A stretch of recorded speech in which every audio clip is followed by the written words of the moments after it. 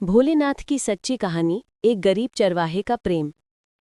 बहुत समय पहले एक गांव में गोपाल नाम का एक गरीब चरवाहा रहता था।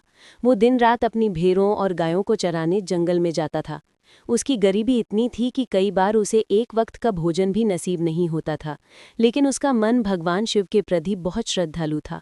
हर दिन वो पास के जंगल में एक पुराना शिवलिंग देखकर वहां थोड़ा पानी चढ़ा देता और कहता, भोलेनाथ, मेरे पास तो कुछ नहीं, बस ये जल ही है, आप स्वीकार करें। वो न कोई पूजा जानता था न कोई मंत्र, बस सच्चे मन से हर हर महादेव कहकर नमस्कार करता था। भोलेनाथ की परीक्षा। एक दिन गांव में भयंकर सूखा पड़ा। लोग परेशान हो गए, खेत सूख गए, जल के स्रोत बंद हो गए। गोपाल ने सोचा, अगर भगवान भोलेनाथ को जल चढ़ाऊंगा तो शायद वर्षा हो जाए। वो अपने पास बचा आखिरी घड़ा भरकर जंगल गया, पर रास्ते में घड़ा गिर गया और सारा पानी बह गया।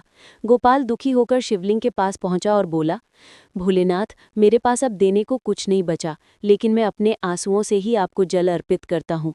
ये कहकर उसने अपने आंसुओं की 2 बूंदें शिवलिंग पर टपका दी। तभी आकाश में बादल गरजे और तेज वर्षा होने लगी।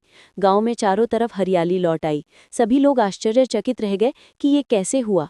रात को भगवान शिव ने गोपाल के स्वप्नों में दर्शन दिए और कहा, बेटा, मुझे तुम्हारे आंसुओं में सच्ची भक्ति दिखाई दी। जिसने सच्चे दिल से मुझे पुकारा, मैं उसे कभी खाली हाथ नहीं लौटाता। सुबह जब गोपाल उठा तो उसके झोंपड़े के पास एक शिवलिंग से जल बह रहा था। उस जल से गांव के लोग अपना जीवन चलाने लगे। तभी से उस स्थान को भक्त गोपालेश्वर धाम कहा जाने लगा। भगवान भोलेनाथ किसी बड़े यज्ञ या सोने चांदी से प्रसन्न नहीं होते। वे तो केवल सच्चे मन और निर्मल भाव से प्रसन्न होते हैं।